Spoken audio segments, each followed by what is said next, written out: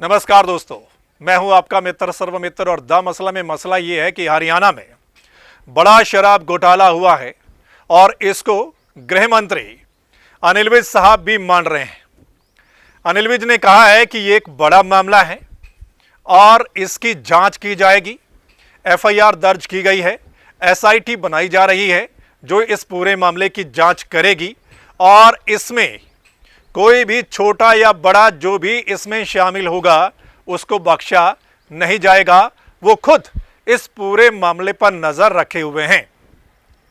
दरअसल एक media report के मुताबिक अनिल विज का कहना है कि सरकार ने खुद इस लॉकडाउन में 2 लाख शराब की बोतलों को पकड़ा है। इसके अलावा और भी ये बड़ा मामला हो सकता है और ये जो शराब पकड़ी गई है ये गोदामों से आ सकती है, फैक्ट्रियों से आ सकती है। अनिल विज साहब का कहना है कि ये शराब की चोरी हुई है, गोदामों से स्मगलिंग हुई है, दूसरे प्रदेशों में भी बेची गई हो सकती है ये शराब। अनिल विज का कहना है कि 2 एसएचओ को लाइन हाजिर किया गया है और इसमें 60 गांठ लगती है। मतलब इसमें ना सिर्फ छोटे कर्मचारी अधिकारी बल्कि बड़े अधिकारियों की भी मिली भगत हो सकती है। और इसमें 60 गांठ मतलब इसमें पुलिस के लोग भी और एक्साइज के लोग भी शामिल हो सकते हैं। और अनिल विज साहब ने कहा है कि यह बड़ी लापरवाही है। अब अनिल विज साहब की ओर से एक बात और निकलकर सामने आ रही है, खबर और निकलकर सामने आ रही है, वो ये कि एक्साइज डिपार्टमेंट की ओर से कोई एफआईआर दर्ज नहीं करवाई गई है, पुलिस डिपार्टमेंट की ओर से एफआईआर दर्ज करवाई गई है।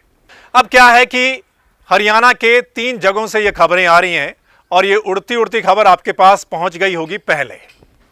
पहले फतेहाबाद से खबर आती है कि वहां सीलबंद गोदाम से 2 लाख के करीब बोतल चोरी हो जाती हैं। उसके बाद खरखौदा से खबर आती है, खरखौदा में जिस गोदाम में ये शराब पड़ी थी उसमें पुलिस की भी शराब थी और एक्साइज डिपार्टमेंट की भी शराब थी। मतलब जो शराब जब्त की जाती है, पुलिस जब्त करती है या एक्साइज डिपार्टमेंट जब्त करता है, तो वहाँ एक ही स्टोर में ये शराब रखी गई थी जहाँ से ये खुर्द-बुर्द हुई है। समालखा से भी ये खबर आ रही है। हो सकता है हरियाणा के कई और हिस्सों में भी ऐसा मामला हुआ हो। ये जांच के बाद ही पता चलेगा कि इन 3 जगहों से काफ़ी जो बोतलें हैं वो खुर्द-बुर्द हुई हैं, वहाँ से चोरी हुई हैं। और आपने ये सुना भी होगा, देखा भी होगा और आपके बहुत सारे फ़ोन हमें भी आए थे कि लॉकडाउन के दौरान अवैध तरीके से शराब बेची जा रही है और मोटे दामों पर शराब जो है वो बेची जा रही है। हो सकता है ये वही शराब हो जो गोदामों से निकली हो या फैक्ट्री में से भी निकल सकती है ये शराब, और सरकार ने खुद भी पकड़ी है। खैर ये तो जांच के बाद ही पता चलेगा कि जो अवैध रूप से शराब बेची जा रही थी या जो गोदामों से शराब निकली है, चोरी हुई है, खुर्द-बुर्द हुई है, वो कहाँ गई है। लेकिन कुल मिलाकर ये एक बड़ा घोटाला कह सकते हैं क्योंकि लॉकडाउन में शराब पर बंदी थी। आपको पता है केंद्र सरकार ने ये बोल दिया था कि लॉकडाउन में शराब के ठेके नहीं खुलेंगे और हरियाणा सरकार और दूसरे प्रदेशों ने भी ये शराब के ठेके बंद कर दिए थे। लेकिन इस दौरान ही काफ़ी मात्रा में हरियाणा में जो शराब है उसकी अवैध बिक्री हुई है। खैर देखना होगा अब ये जो एसआईटी बनेगी वो कब तक नतीजे पर पहुंचती है, कितना समय लगेगा और उसमें जो अनिल विज साहब अंदेशा जता रहे हैं कि इसमें बड़े लोग भी शामिल हो सकते हैं। अनिल विज ने खुद बोला है कि ये जो गैंग है इसमें कई लोग शामिल हो सकते हैं, उसमें छोटे भी और बड़े भी, लेकिन जो भी इसमें इन्वॉल्व होगा उसको बख्शा नहीं जाएगा। खैर देखना होगा कितना वक्त लगेगा, जांच के बाद ही ये पता चलेगा अगर सही तरीके की जांच की गई।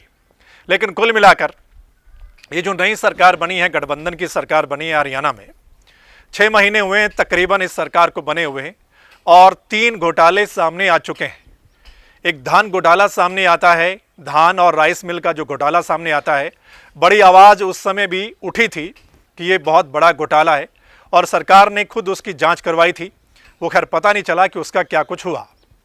स्कॉलरशिप घोटाला भी सामने आया था, जो स्टूडेंट्स को स्कॉलरशिप मिलती है वो भी सामने आया था। और अब ये शराब घोटाला 6 महीने के अंदर ही तकरीबन 3 घोटाले जो हैं वो सामने आ चुके हैं। खैर जांच के बाद ही पता चलेगा कि इसमें दूध का दूध और पानी का पानी क्या निकलकर सामने आता है और कौन कौन लोग इसमें इन्वॉल्व हैं और उन पर क्या कार्रवाई होगी। इस मसले पर आपकी राय क्या है?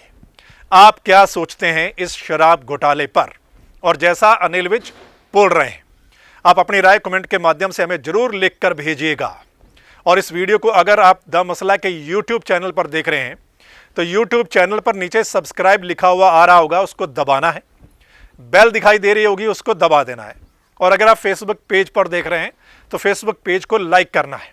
वो इसलिए क्योंकि जो हमारा अगला मसला होगा, जो हमारी अगली वीडियो होगी, उसका नोटिफिकेशन आप तक उसी समय पहुंच जाए और आप उसको देख सकें। धन्यवाद, नमस्कार।